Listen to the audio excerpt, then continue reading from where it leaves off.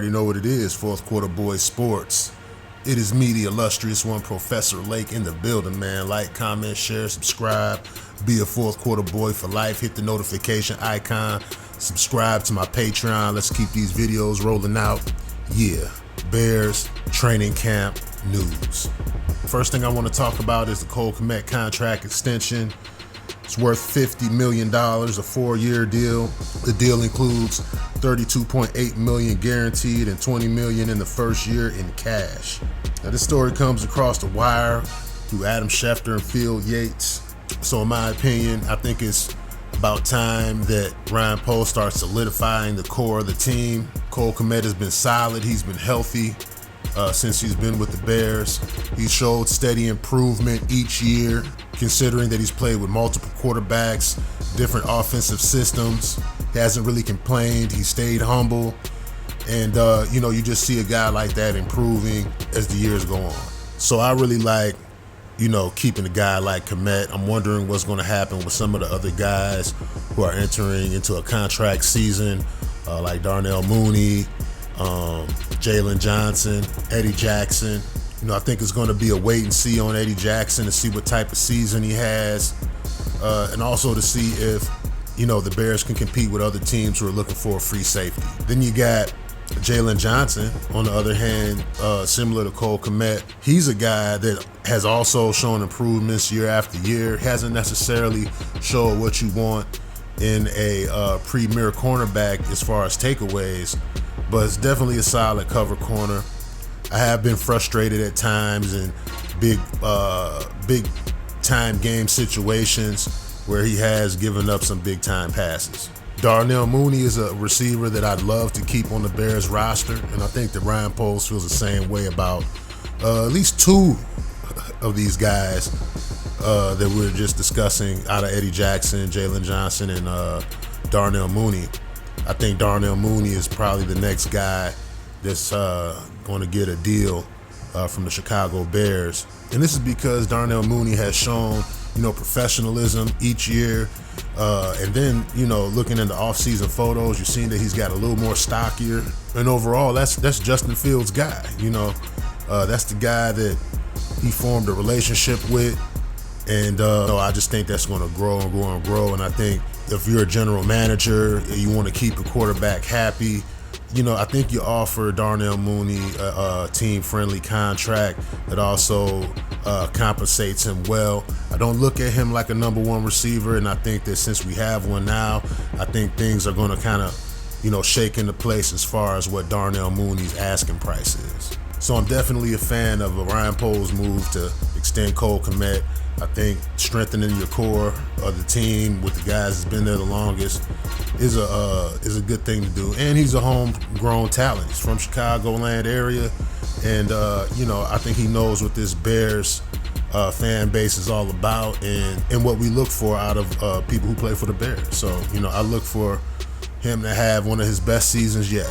Now, the other day, I made a video in regards to Chase Claypool going on the PUP list.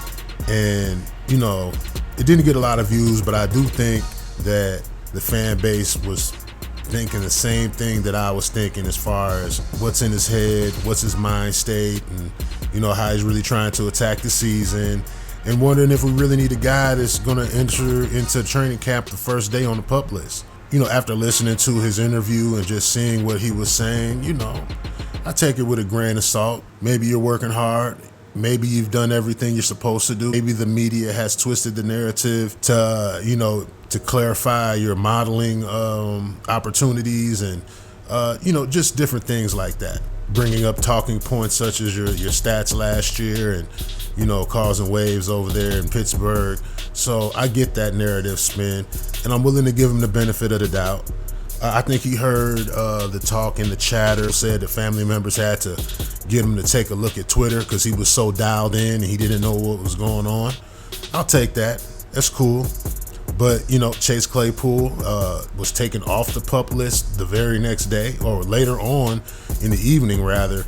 And, I just think that he heard the chatter, and maybe it's something a little bit deeper. Hopefully it is.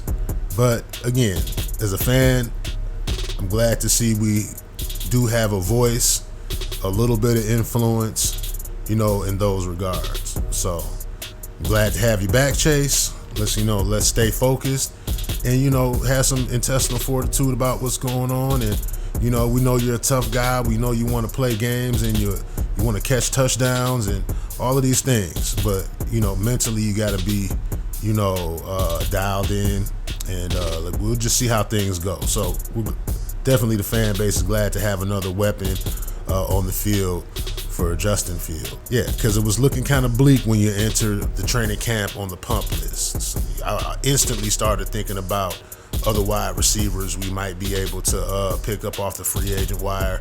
And we did pick up a wide receiver off the free agent wire. Similar size, kind of similar road, career path if you compare them together as far as, injuries and just not having 1,000-yard years and things like that.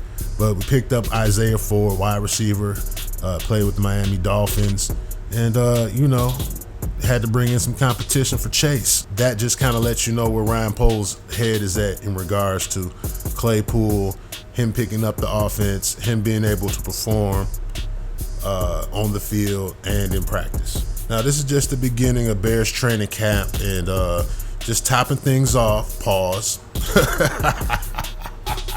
Yeah, everything, all the reports coming from training camp is that Justin Fields looks sharp. The ball is coming out. The ball is coming out the pocket, and, he's hitting his targets. Says the offense looks a lot better. It looks like it's a functionable offense, according to Eberflus. And, just not throwing a whole lot into that right now because I know it's practice without pads and they're supposed to look sharp. I'm just excited to see Justin Fields and the full complement of weapons step on the field at the beginning of the NFL season. So that's what I'm getting right now. Just my opinion in general, man. We got a lot of guys that are fighting for roster spots. So it's going to be a lot of competition for depth. More importantly, health is always a concern. So as the training camp moves on, I'm just hoping that we don't see any major injuries from some of our key players. I don't want to see any major injuries in general, but you definitely don't want to see a first round draft pick going down, freak incident. You definitely don't want to see one of these new free agents go down. And you definitely don't want to see anything happen to the QB1, so those are just my thoughts, going into the training camp. This is going to be day 2. And with that in mind, I just want to say this to you guys. It's Quarter Boyz Sports. I am your host, the illustrious one, Professor Lake, in the building, man. Like, comment, share, subscribe, be a Quarter Boy for life. Hit the notification icon for me, dog. Subscribe to the Patreon. Let's keep these videos rolling out. Holla at your boy. I'm out. Nothing in life is free, bruv. Support the channel. Be a Quarter Boy for life. And subscribe to the Patreon. The link is in the description box below. Curio. Double down, Debs and gents. The wait is over. With no further ado, the most magnificent imperial authority of the film room, the illustrious visionary of X's and O's, your host, Professor Lake.